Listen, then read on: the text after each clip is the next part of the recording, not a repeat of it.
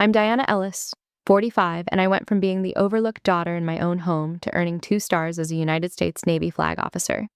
For years, I kept reaching for my mother's approval, sending invitations, letters, updates, and chances she never took. But when she pointed me out at a formal Navy gala like I was an imposter and watched a captain grab my arm, I made a choice that changed everything. Have you ever been humiliated by someone you spent years trying to love? If so, tell me your story in the comments. You're not alone. Before I get into what happened, let me know where you're watching from. And if you've ever had to stand up for yourself after being dismissed, hit that like button and subscribe for more true stories about boundaries, betrayal, and reclaiming your worth. What happened next might surprise you. The house itself was a good one. 3 bedrooms, a finished basement, a backyard with a maple that went orange every October in Westport, Connecticut. From the outside, it was indistinguishable from fine. From the inside, it had a center of gravity, and the center was not me. My sister Caroline was 3 years older and understood instinctively how rooms worked. She knew how to be the one people turned toward, how to hold attention without demanding it, how to enter a space and make it rearrange itself slightly around her presence. This was not a skill she developed. It was something she arrived with. She won the spelling bee in 4th grade and came home to a kitchen full of noise. Marlene's face open and bright, the way it went when Caroline did something that confirmed what Marlene already believed about her. She got the lead in the school play, and our father called his brother in Ohio just to say so. She collected the admiration of every adult who moved through that house, and she was not spoiled by it. That is the precise and important word. She was seen, which is a different thing entirely, and I understood the distinction before I had language for it. I was 6 years old, and I was watching, which was what I did. I learned early to be low maintenance because high maintenance was already taken. I read. I went quiet in a way that adults described as self-sufficient, and they meant it as a compliment, and it was not one. My father, Robert, was a mid-level insurance executive who was pleasant enough at the dinner table and absent by design, not cruel, not negligent in any documentable sense, just shaped by a life that required very little of him emotionally, and he gave accordingly. When the marriage ended in 1994 and he departed, what changed in practical terms was almost nothing. Marlene consolidated her attention around Caroline, who was 15 and luminous and already planning to leave for college. And she extended to me the particular indifference of someone who has already allocated everything she has to give and genuinely doesn't notice there is someone still waiting. I was 12 years old. I did not name it then. I just kept reading and kept watching and kept being, as Marlene once told a neighbor, wonderfully independent for her age. By 17, I had figured out what I wanted to do with the life I had been given, which was not the life Marlene had imagined for either of us, and not the life anyone in that house would have predicted. I applied for an NROTC scholarship without telling her in advance. I was not asking permission. I had already learned that asking permission from Marlene required first earning the attention required to make the request, and I had spent 12 years understanding that her attention had an address, and mine was not it. I did the research, I submitted the application, and I was accepted. And then I sat across from her at the kitchen table on a Tuesday evening in 1999 and told her what I had done. She set down her coffee cup. She looked at me the way she looked at things that required some sorting, not dismissive exactly, but categorizing, filing the information somewhere. "That's fine, I suppose," she said. "Caroline's thinking about grad school." The exchange lasted 4 minutes. I timed it later in my memory because I kept returning to it. The particular economy of that conversation, how efficiently she had managed to place my news inside Caroline's story without appearing to mean anything by it. No celebration was held. No phone calls were made to relatives. When Caroline got engaged to Evan Holt that same year, Evan being a charming pre-med undergraduate from a good family who conformed precisely to Marlene's idea of what a good match looked like, Marlene threw an engagement party for 26 people at the house, served catered food, called relatives in 3 states, and lit up the kitchen in exactly the way I remembered from the spelling bee and the school play. I finished the school year and filled out my enrollment forms at the kitchen table alone. She didn't say no, I kept telling myself. She didn't really say anything. I sat with that justification for years, as though the absence of active resistance meant something it did not. Caroline's wedding was in June of 2002. I was 20 years old, home on leave from my second year of NROTC, standing in a lavender bridesmaid's dress in the receiving line at the First Congregational Church in Westport. Evan Holt, charming, polished, already conforming to every expectation, was introduced to the extended family like an acquisition that had been carefully selected and was now being formally presented.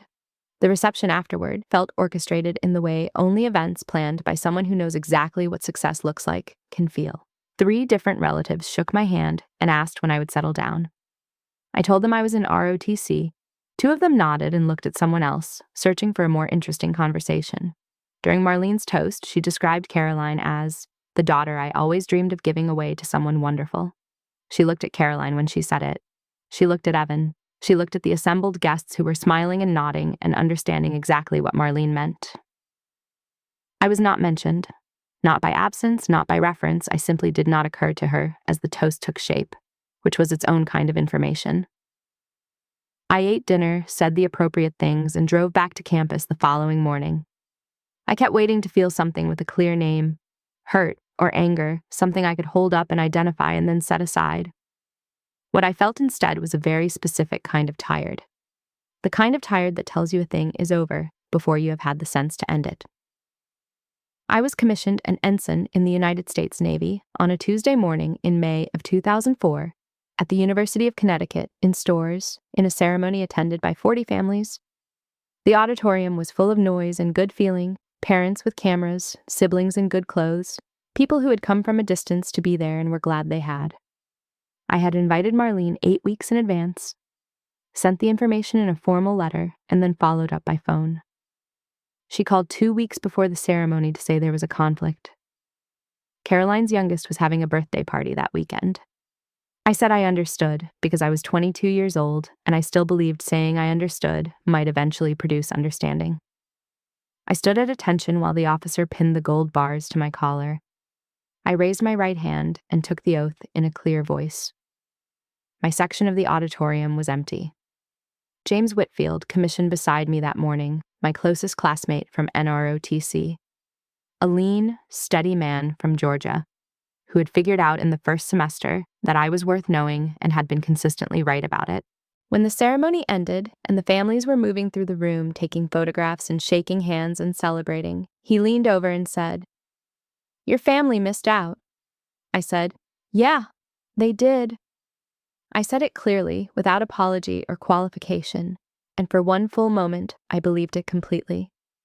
I believed that the absence was their loss and not mine, that what had happened in that auditorium was real and mattered and belonged to me, regardless of who was or was not there to witness it. I held on to that belief for the rest of the morning. 4 weeks later, I reported to USS Chancellorsville, a guided missile cruiser home-ported in San Diego with a sea bag at my feet and the Pacific stretching out beyond the pier.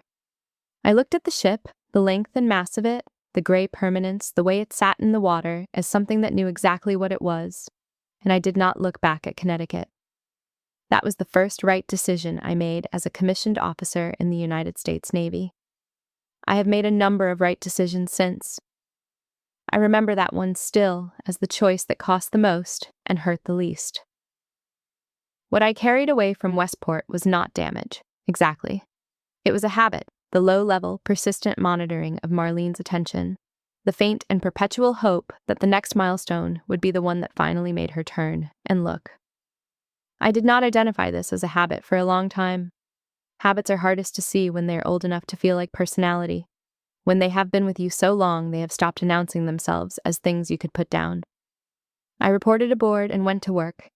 That has always been the thing I knew how to do, and I have been grateful for it more times than I can count. 3 years into my first sea tour in 2007, I earned my Surface Warfare Officer designation. The SWO pin ceremony was held aboard Chancellorsville in the ship's wardroom. Not a large ceremony, not a public one, just a gathering of officers and the ship's captain in a space that smelled of coffee and institutional carpet and the particular electrical hum of a warship at pier. It is a genuine rite of passage.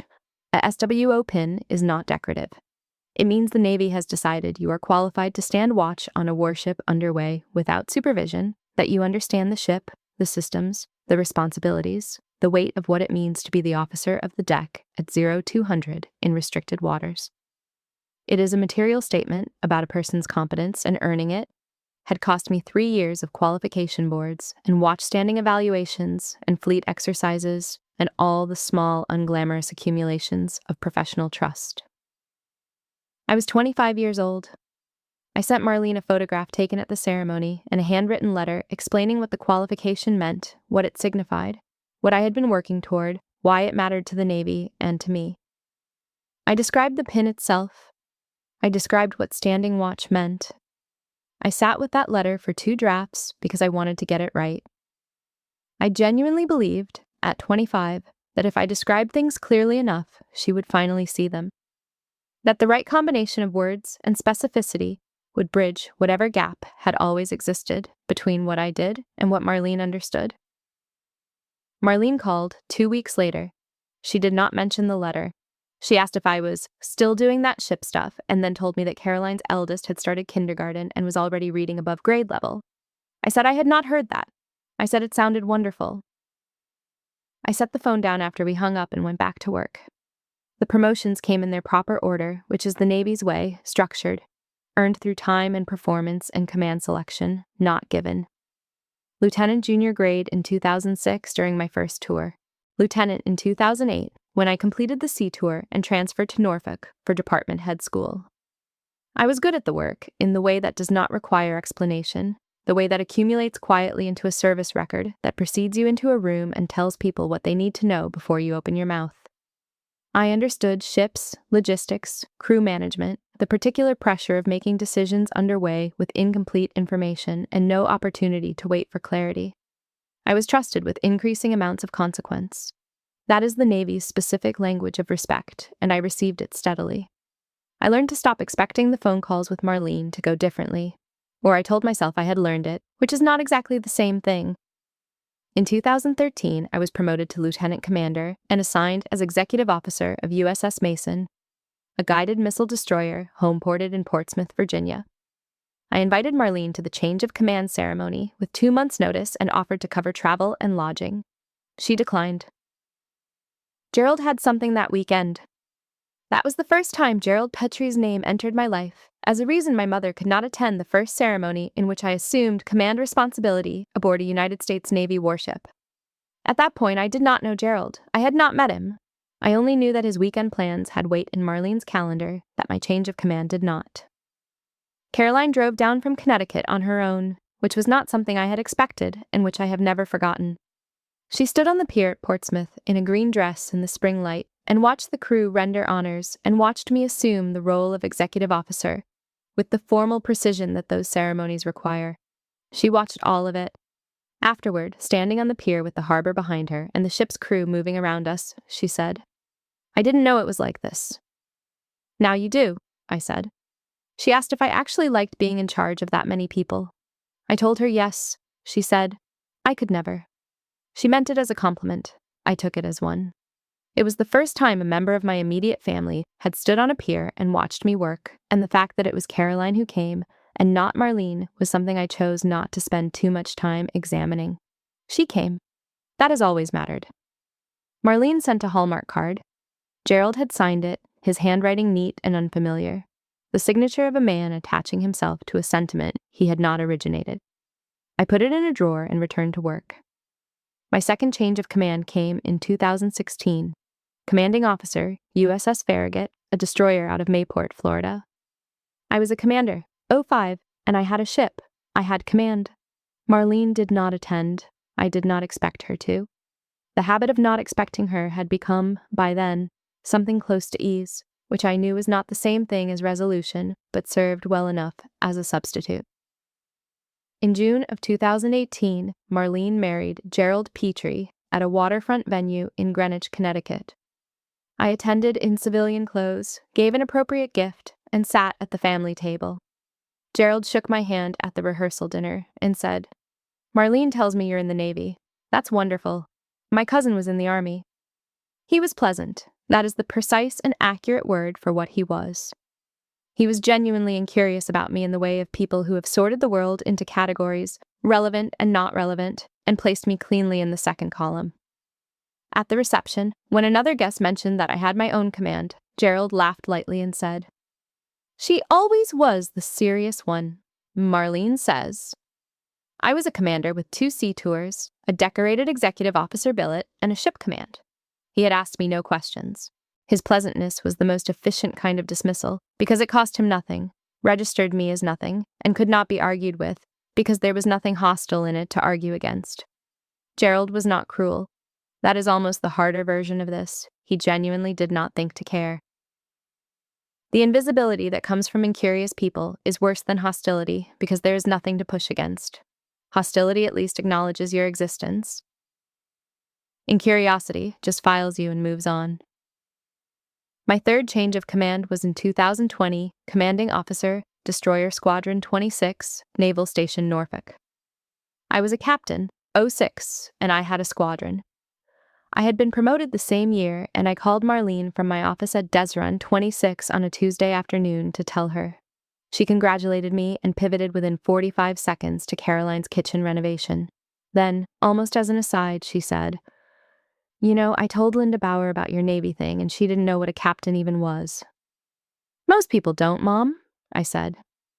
That's the thing about it, she said. It's very insular, isn't it? My aide, Lieutenant Patricia Owens, was in the outer office. After I hung up, she asked through the open door if everything was okay. I said sure and returned to my paperwork. 22 years in at that point, 16 years of letters and phone calls and invitations she had not accepted. And the word Marlene used for my career, for the life I had built, commission by commission, watch by watch, at sea and in command, and in flag-level briefings, was insular. I sat with that word. I turned it over. I was looking for the angle from which it was fair and could not find one, and eventually I set it down. Marlene did not attend the third change of command ceremony. Gerald sent a card. I acknowledged it and went back to work. In February of 2025, I was promoted to Rear Admiral, lower half, 07, 1 star, the beginning of flag rank. The pinning ceremony was held at the Pentagon. Marlene received an invitation. She did not attend. By late 2025, I had been appointed Director of Maritime Strategic Planning, a senior flag billet at the Pentagon, handling long-range fleet posture and combatant command coordination. I was 43 years old, and I had been doing this work, in one form or another, for 21 years. I was good at it in a way that was no longer surprising to anyone, including me. The low-level monitoring of Marlene's attention, the faint hope that the next milestone would be the one, had never fully stopped. I'm honest about that. I had told myself it stopped more than once. It had not stopped. It had gotten quieter, more polite about its presence. But it was still there, still running in the background like a process I had never found the right sequence to close. I went to work. That has always been the thing I knew how to do. When the Naval Heritage Foundation confirmed me as keynote speaker for their annual gala in April of 2026, I received 2 complimentary guest tickets. I asked my aide, Lieutenant Commander Patricia Owens by then, promoted and as steady as she had always been, to address them to Marlene and Gerald Petrie at their home in Westport, Connecticut. She sent them with a brief, formal note that explained the event, the venue, the dress code for a formal naval function, and the fact that I would be the evening's keynote speaker. This was not something I had to do. The tickets were mine to give to whoever I chose, and I had colleagues and friends and professional acquaintances who would have been glad to attend. I sent them to Westport because I still wanted to believe my mother needed one more chance, that if she walked into a room and saw who I had become and what I did in that world, something would finally shift in her. I had believed that at least 20 times before. I am honest about that number. I sent the tickets anyway. No response came for 10 days. Then Gerald called the Pentagon's main staff line, not my direct line, and told whoever answered that he and Marlene would be attending. I was informed of this secondhand by Owens the following morning. Put them on the guest list, I said. I did not call Marlene directly. I told myself this was a matter of schedule and volume, which was not entirely untrue and was not the full truth either. The gala was the evening of April 19th, 2026, at the Marriott Marquis in Washington, D.C. I arrived at 1845. I was in my dress whites, full decorations, 2 rows of service ribbons, gold shoulder boards, bearing a single silver star indicating flag rank. I had worn the uniform to enough events to know what it communicates before a word is said. In the lobby of the Marquise, full of people in formal wear moving toward the ballroom, the institutional recognition was the quiet kind. 2 junior officers stepping aside automatically, a commander I knew from a joint working group, stopping briefly to say hello, a foundation staffer moving toward me to make sure I had everything I needed. It is not performance, this deference. It is a language, and it is entirely specific. It says we know who you are, and we know what it took. I spotted Marlene and Gerald near the check-in table. Marlene was in a blue cocktail dress. Gerald in a dark suit, the kind of suit a man wears when he has been told the occasion requires one. I raised a hand in their direction. Marlene looked at me, held the look for a moment, long enough that I knew she saw me, and then turned away. I watched her walk directly across the lobby to a Navy captain standing near the ballroom entrance in service dress blues. She spoke to him. He listened, glanced across the lobby in my direction, and turned his attention back to her. I saw her walk toward him. I knew what she was doing the moment she turned away from me and started moving. I have spent 22 years learning to read rooms, and this room was not subtle. And I kept walking because some part of me still believed that nothing this complete, this absurd, could actually follow through. The captain's name was Reed Marsden. He was running the evening's protocol detail, an 06 with the manner of a man who took logistical authority seriously and was not in the habit of second-guessing his assessments. He stepped directly in front of me as I reached the ballroom entrance, placed himself squarely in the threshold, fully blocking it in a way that was deliberate and without ambiguity. "You don't belong here," he said. "Step outside, now." I looked at him. I did not reach for my identification. I did not look around for assistance from the room. I did not raise my voice or move my expression toward anything that could be described as reaction. I said nothing and waited, because I have been in enough command situations to know that silence, held without agitation, is its own kind of pressure. It makes people commit to what they're doing, which forces clarity. Marsden took my elbow, firm, deliberate, the grip of a man who has made a decision and is executing it, and began to steer me toward the exit. From 10 feet away, Marlene was watching. She was nodding. Gerald stood slightly behind her, slightly to the left, and did not move. His face had the expression of a man who is watching something he has been told is correct and is taking that on faith. Then Marsden's comm unit buzzed from his belt. Loud. Open channel. The voice that came through it belonged to Diane Calloway, the Naval Heritage Foundation's Director of Protocol, and it carried clearly across the entrance corridor into the lobby. "Stand down, Captain. That's a flag officer. Escort Rear Admiral Ellis to the head table." The lobby did not go silent, but it went noticeably quieter, the particular quiet of a room that has registered something and is processing it. Marsden released my elbow. He came to attention, the full reflexive correction of a senior officer who has just understood the magnitude of what he has done. He turned to me. "Ma'am, I apologize," he said, and then, "Ma'am, I apologize." Twice, clearly and without deflection. Gerald was looking at the carpet. Marlene's face had drained from composed to white in the span of 2 seconds, the color going out of it, the way color goes out of a thing when the support structure beneath it gives way. I did not say anything to her. I let Marsden turn and walk me through the entrance. Diane Calloway met us just inside the ballroom doors, her expression the particular combination of mortified and efficient that belongs to people who manage protocol for a living and have just watched it fail in a public corridor. She apologized to me quietly and walked me to the head table. I was formally announced over the ballroom's PA system as the evening's keynote speaker. The room, assembled flag officers, Navy leadership, Foundation patrons, approximately 300 people, applauded. I took my seat at the head table, accepted a glass of water from a server, and unfolded my napkin. I did not look back toward the lobby entrance.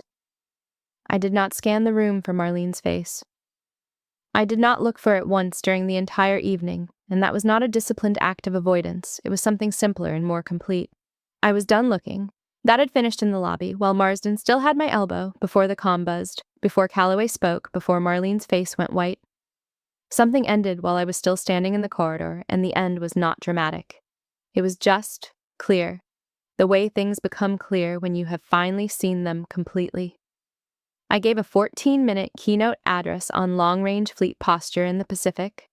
It was a prepared speech, carefully written, covering strategic rebalancing and combatant command coordination, and the planning horizon that defines modern naval strategy.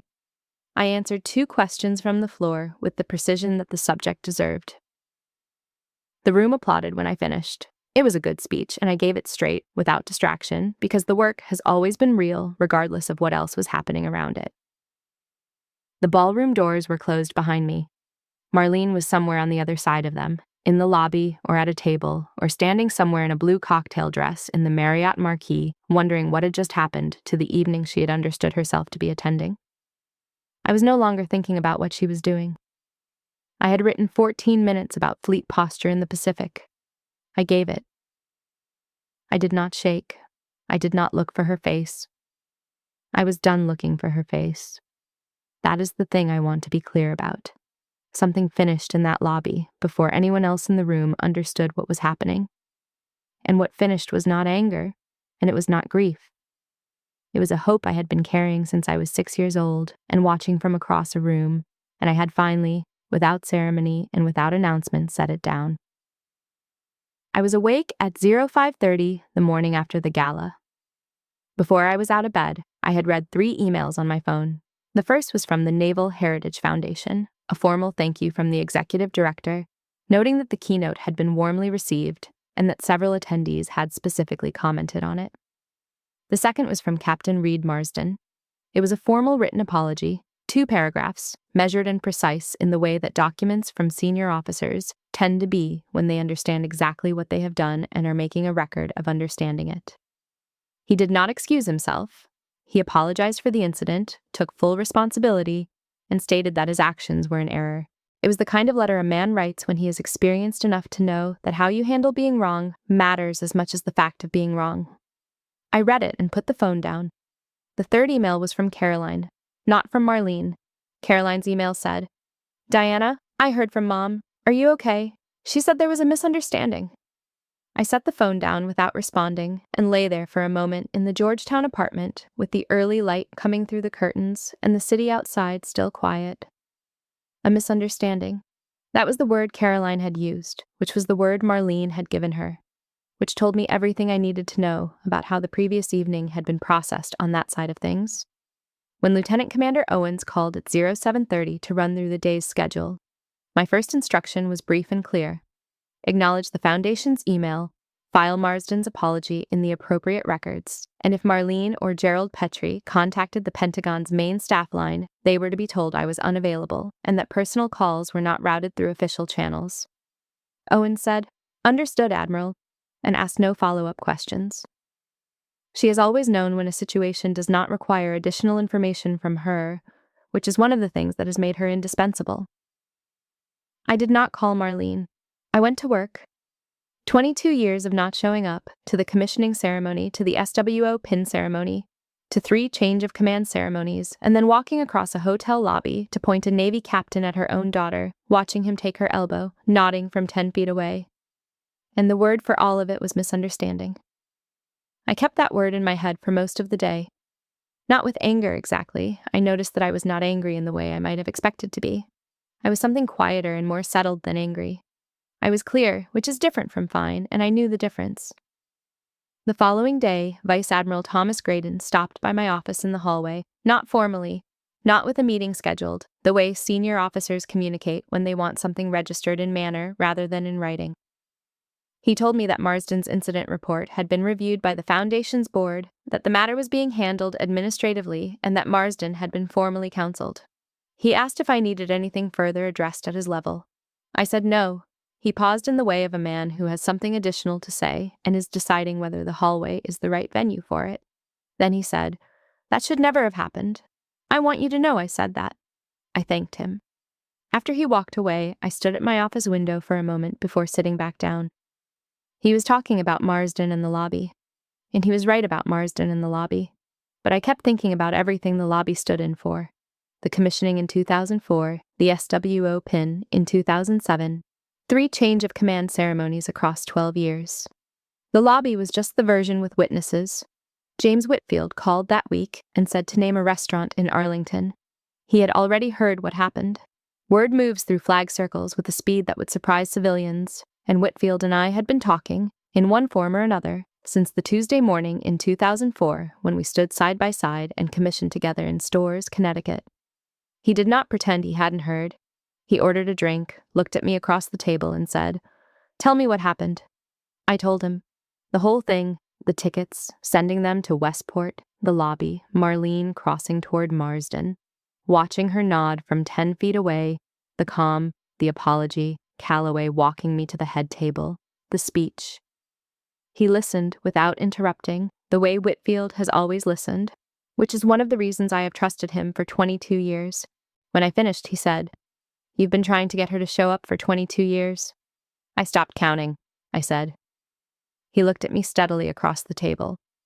"No, you didn't." A pause. I looked at my water glass. He was right, and we both knew he was right, and the fact that someone else could see it clearly, could say it out loud without softening it, was the first thing in several days that had felt like relief. Not comfort, relief. They are not the same thing, and relief is the more useful of the two. Caroline called on a Sunday evening in early May from Connecticut, on her cell phone because she always calls from her cell when she is calling about something she has thought about in advance. She told me that Marlene was upset and embarrassed, that she felt terrible, that she hadn't understood what was happening, that things had gotten out of hand.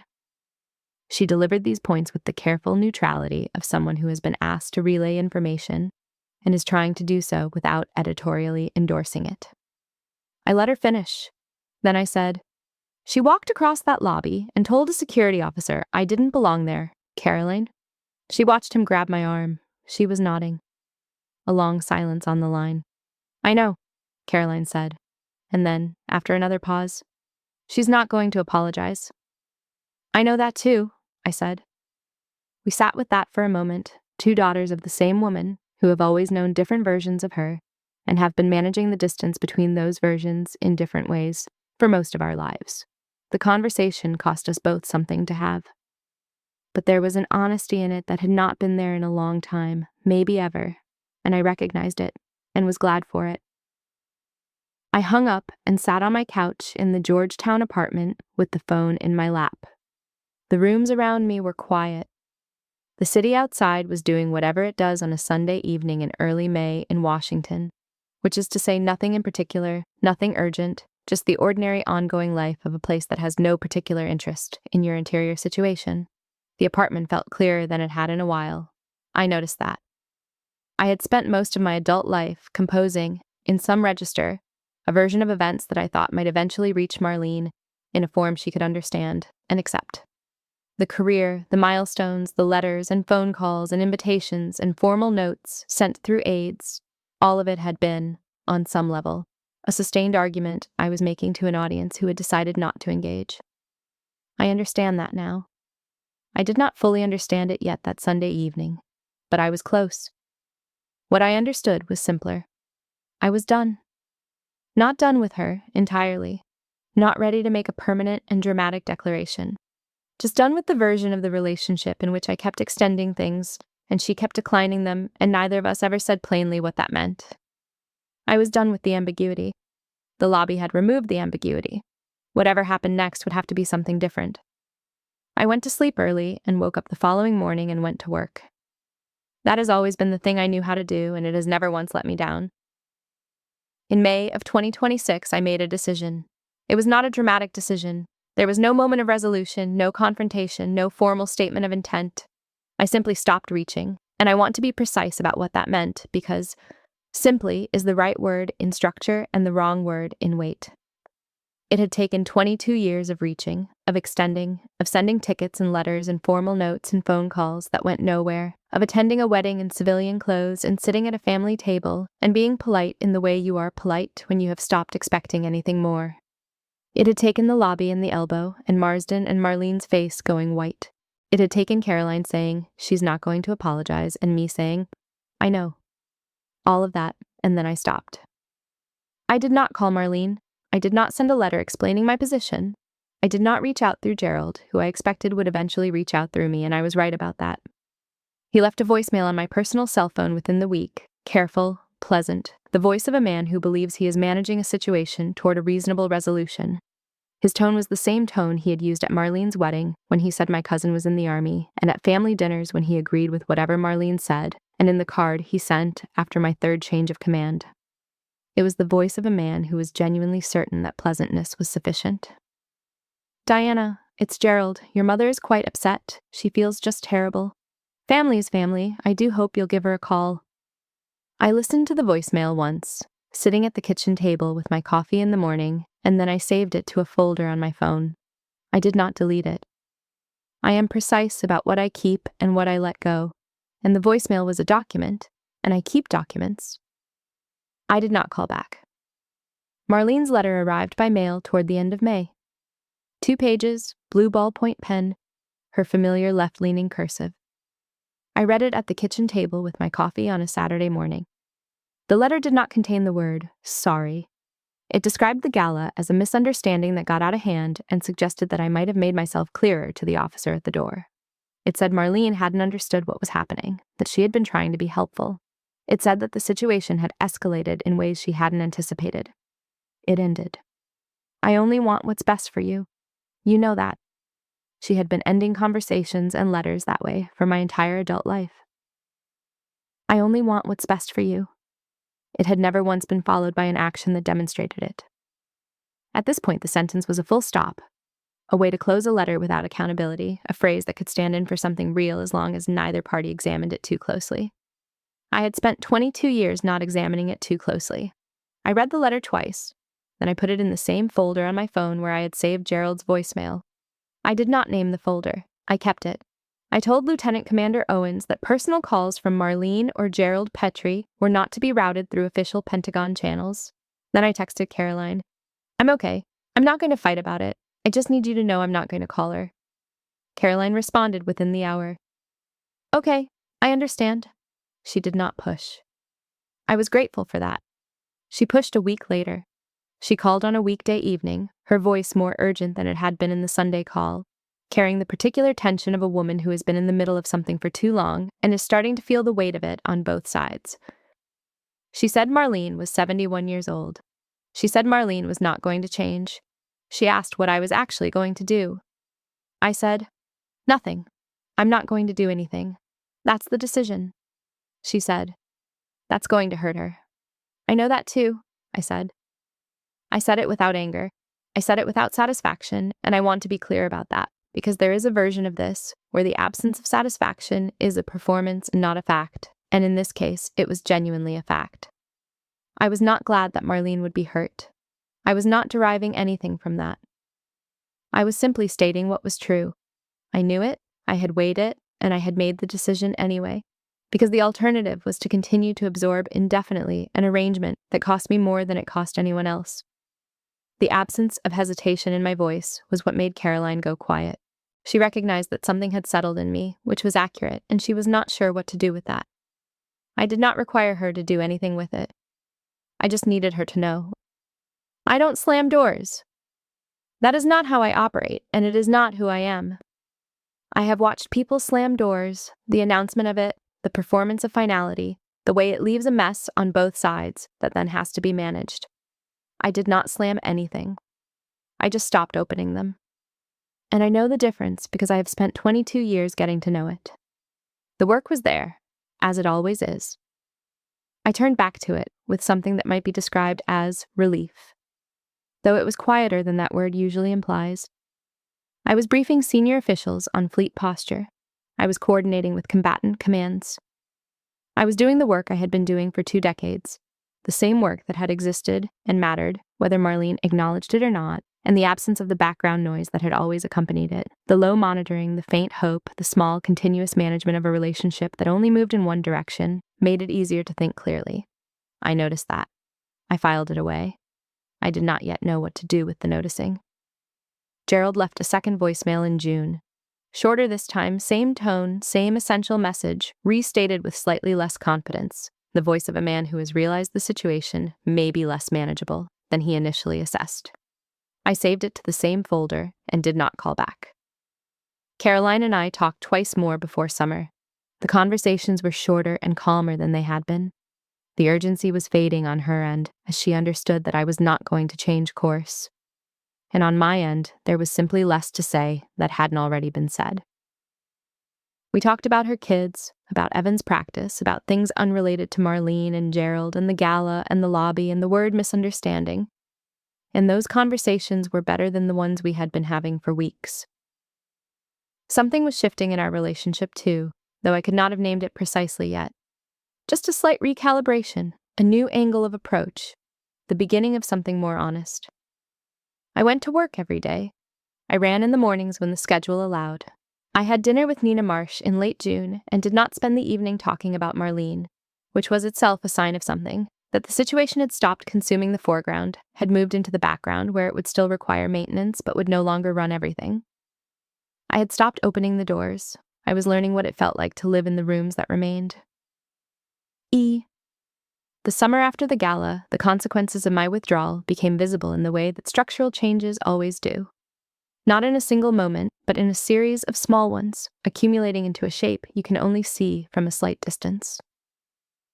I learned most of what happened secondhand through Caroline, who was now serving as the family's sole emotional intermediary, in a role no one had appointed her to, and that she was not equipped for, and who was beginning, I think, to understand what I had been navigating for 22 years.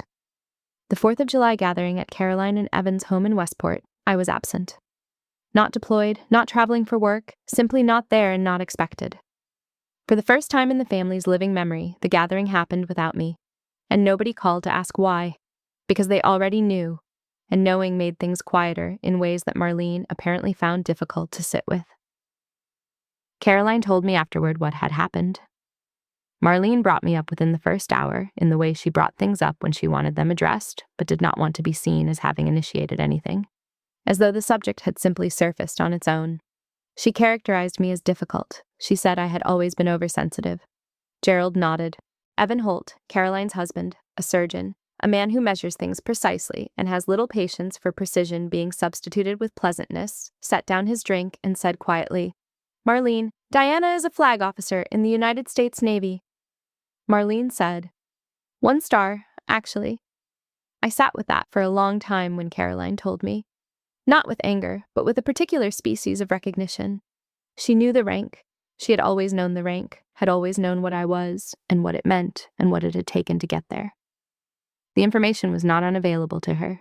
It was a choice, every single time, not to say it, not to give it the weight it carried, not to let the full fact of what her daughter had become stand in the room without being immediately reduced. 1 star, actually. Not a correction of Evan's claim. Flag officer is entirely accurate for an 07, a reduction. A way of acknowledging the fact while simultaneously minimizing it so that the room did not have to reckon with it fully. Gerald said, "Ev, let it go." The dinner continued. Nobody called me that evening, and I had not expected them to. Meanwhile, the work continued, as it has always continued. I briefed the Chief of Naval Operations on long-range fleet posture in the Western Pacific. I presented a strategic planning framework to Comm staff that was incorporated into the Combatant Command's annual planning cycle. I chaired a working group attended by 2 08s and a senior civilian from the Office of the Secretary of Defense. A room full of people who treated my assessments as what they were, which was the considered professional judgment of a flag officer with 2 decades of experience in maritime strategy. I noticed something in those meetings that I had not noticed before, or had not noticed clearly. I was listening differently, not through the filter of what Marlene would have thought, not with a background process already composing the version I would describe to her later on the phone. Just listening, thinking, following the logic of what was being said and responding to it without the mediation of someone else's imagined reaction. It is a strange thing to discover, partway through your career, how much of your own thinking you have been running through someone else's lens. I had not known the lens was there until its absence created a different quality of light. Caroline called in August. She sounded tired in the way of someone who has been doing difficult work for months without the benefit of having chosen it. She told me that Marlene had been calling her 3 and 4 times a week, calls that ran long, calls that circled the same material, calls that required Caroline to simultaneously be present and careful and neutral in a way that was visibly costing her. She told me Marlene had recently begun attending a women's group at her church, and then she said, She told the pastor she lost her daughter. I was quiet for a moment. That framing is interesting, isn't it? I said. Diana, Caroline said. She lost me, I said. She knows she caused it. And I cannot keep managing the distance between what she knows and what she says. I just can't do it anymore. I've been doing that for 22 years, and I don't have it left. I know, Caroline said. She sounded like she meant it, which was something. September brought a Saturday morning that I want to describe carefully because it was the first of its kind in a long time. I made coffee, I read for 2 hours without checking my phone. I ran along the Potomac in the early morning, the river flat and silver beside me, the city not yet fully awake. I had lunch with Nina Marsh at a restaurant in Georgetown, and we talked about her work and my work and a book she had recommended and a film I had seen, and the conversation moved without effort through 2 hours and a glass of wine each, and never once touched the subject of Marlene or the Gala or the lobby or the word misunderstanding. At no point during the day did I think about Marlene. I noticed this on the walk home. The absence of the loop, that low-grade, persistent monitoring I had been running for so long, it had stopped feeling like a thing I was doing and had started feeling like weather. Whether she had heard, whether she understood, whether she had called, whether something I had done or said or accomplished had finally landed in a way that made a difference. The loop had been running since I was a child, watching from across a room, and on a Saturday, in September of 2026, I walked home from lunch and realized it was not running. I did not know exactly when it had stopped. It felt like a room I had been circling for years, aware of the room, aware of circling it, unable or unwilling to simply walk away from it. And then one day, without ceremony or announcement, I had just walked away. I went a whole Saturday without thinking about her. Then I realized I had gone a whole week without waiting for something from her. I thought, oh, that is what this feels like. That is the thing I had been working toward without ever having had a name for it or being certain it was achievable. The work continued through the fall. I was doing the work well, which was not new, but the quality of my attention in it felt different, cleaner, in some hard-to-articulate way, less partitioned. I have always been able to compartmentalize effectively. It is a skill the Navy selects for and develops, and I had gotten good at it early. But there is a difference between compartmentalizing something and being genuinely free of it, and I had always had access to the former without ever reaching the latter. In the summer and fall of 2026, I was reaching it. Slowly, non-linearly, with setbacks and returns, but reaching it. Nina, at lunch one day in October, said she had noticed that I seemed different this fall. I asked in what way. She said, "More here, you're more here." I didn't explain what had changed because I was not yet sure I could explain it in a way that would be accurate rather than just satisfying. I said I had made some decisions. She said that sounded right. We ordered dessert and talked about other things, and it was a good afternoon, and I drove home in the early evening and felt, quietly, without drama, something that might have been contentment, or at least its forerunner. I was learning what it felt like to live in the space that my withdrawal had cleared. It was not painless, it was not finished, but it was real, and it was mine, and that was worth something. This part does not contain a reconciliation with Marlene. I want to say that plainly at the outset, because this kind of story tends toward reconciliation the way rivers tend toward the sea, as though it is the natural and inevitable destination, as though everything that came before it was simply preamble. It was not preamble. And there was no reconciliation, because reconciliation requires accountability, and accountability did not come. What came instead was something quieter and more durable, a set of relationships rebuilt around what was actually true, rather than around what I had spent 22 years hoping might eventually become true. In October, Caroline drove down from Connecticut for a weekend. It was her idea, not mine, and I want to note that because it mattered, she made the choice. She put it in the calendar, she made the drive. We met for dinner at a restaurant in Georgetown that I like for its quiet and its unremarkable tables that let you talk without the room making demands on the conversation. For the first stretch of the evening, we did not discuss Marlene. We talked about Caroline's children, her daughter's school play, her son's interest in biology that might be turning into something more serious. We talked about Evan's practice and a difficult case he'd been carrying. We talked about my work, and Caroline asked real questions and waited for real answers, which is not something she had historically done, not out of indifference, but out of the honest admission, which she made later that evening, that she had never quite understood what I did or known how to ask about it. I grew up the quiet daughter in a house that had already chosen its favorite. Caroline was 3 years older and luminous in the way that certain people are. The kind of luminous that rooms rearrange themselves around. She was not spoiled. She was seen. I understood the difference early and learned to be low maintenance because high maintenance was already taken. My mother Marlene allocated her attention the way you allocate a fixed resource, deliberately, toward the return she expected. Caroline was the return she expected.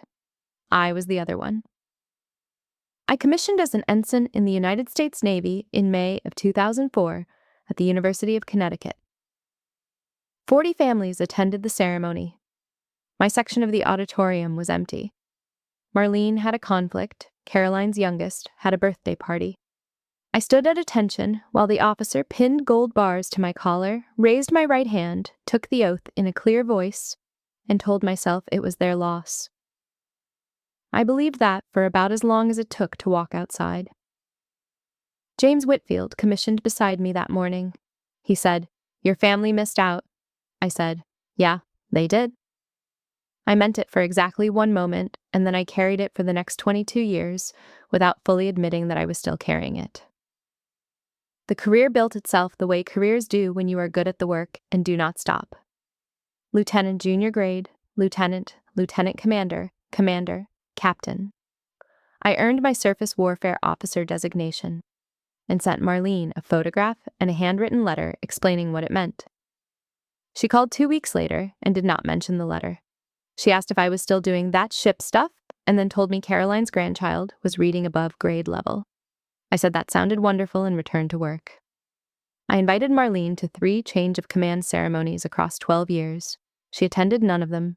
Gerald, her husband, a man whose pleasantness was the most efficient kind of dismissal, sent a card to one of them. Caroline came to the first, which I did not expect, and stood on the pier and said, "I didn't know it was like this." I said, "Now you do." She meant it as a compliment. I took it as one. She came. That has always mattered.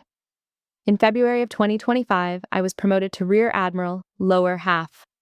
1 star, flag rank. The pinning ceremony was held at the Pentagon. Marlene received an invitation. She did not attend.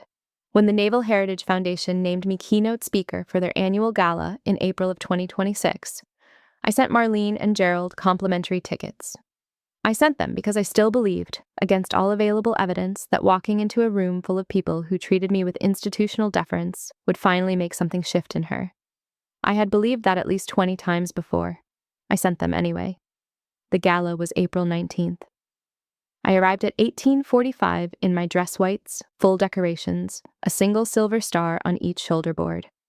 I spotted Marlene near the check-in table. I raised a hand. She looked at me, held the look, and then walked directly to a Navy captain managing the evening's protocol detail. She spoke to him. He glanced across the lobby toward me. She was pointing me out. The captain stepped in front of me at the ballroom entrance, told me I didn't belong there, took my elbow, and began steering me toward the door. From 10 feet away, Marlene was watching. She was nodding.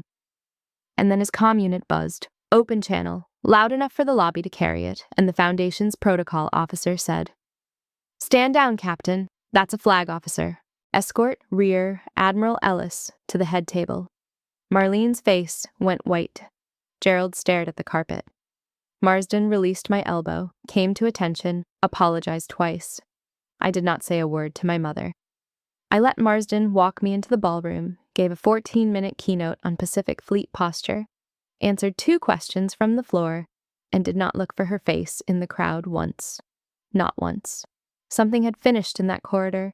Not in anger, not with any particular drama, just finished, the way a thing finishes when you have finally seen it fully and there's nothing left to wonder about. The morning after, Caroline emailed to ask if I was okay. Marlene's word for it, relayed through Caroline, was misunderstanding. I filed Marsden's apology, instructed my aide to block personal calls through official channels, and went to work. In the months that followed, I stopped reaching. I did not call. I did not respond to Gerald's voicemail. "Family is family," he said, by which he meant I should absorb the situation and smooth it over, as I always had. I read Marlene's letter, which did not contain the word sorry, and suggested I might have made myself clearer to the officer at the door, and I filed it with Gerald's voicemail in a folder I did not name. What I discovered in the months and seasons after that was this.